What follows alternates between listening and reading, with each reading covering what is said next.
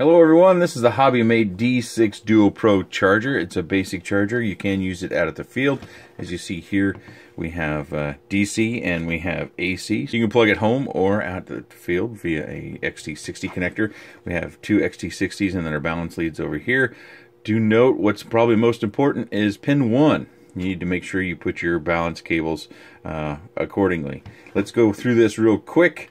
I'm going to get it plugged in. Trying to keep the glare off the screen, but after it goes through a quick self-check when it's plugged in, there is no switch. This is the screen you're presented with.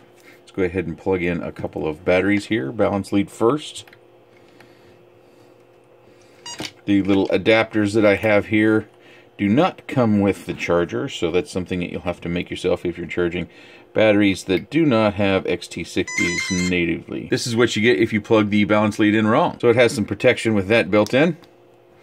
So then we press this button, we select a channel which selects a side. Right now we're over here on channel 1. You see that right here. We go into this little jog wheel and you have your basic selections. It tells you your cell count. See right now it says it's a 3 cell over here, which it is, and a 4 cell over here.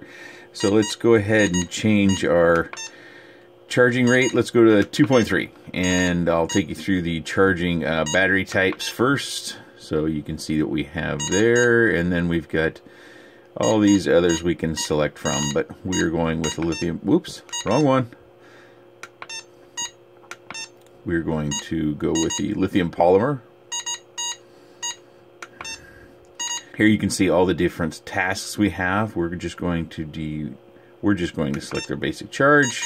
We've got 2.3 selected. We hit start, and now we have our charging screen. So then we want to select the other one. Hit the channel button again. Hit our jog wheel again.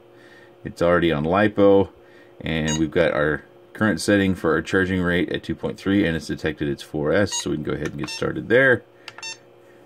And then we hit the channel button again. We get a little split screen results there. Let me square this up so you can maybe see that screen just a touch better.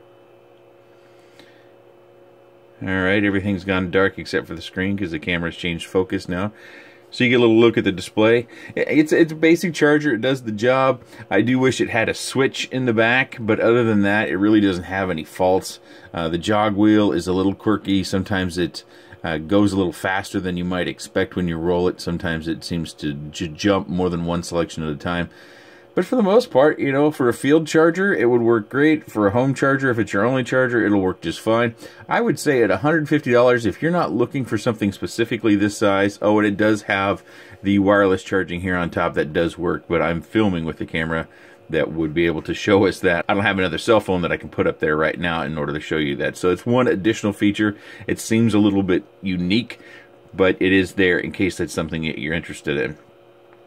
For the price, I would say that unless you need a field charger this size and you need a charger this size at home, I would also take a look at the Q200 from SkyRC. That's one that I use, and it comes in around $190 to $200. You can charge 4 batteries at the same time.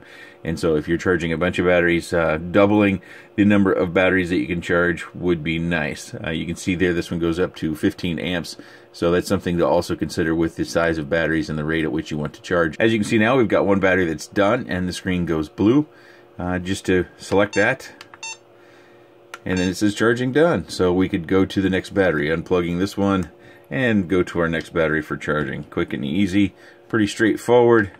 Screen is fine. It's not high resolution screen. You might be able to make out some of the jaggies on the lettering that's round. It gives you an idea of the pixel density of the screen. So this charger is available off of Amazon, like I said, for about $149. If you want to check it out, there'll be a link in the description. Hopefully this review hasn't taken more than 5 minutes. If you have any comments, questions, suggestions about this product, please let me know in the section down below. I appreciate your time, and thanks for watching.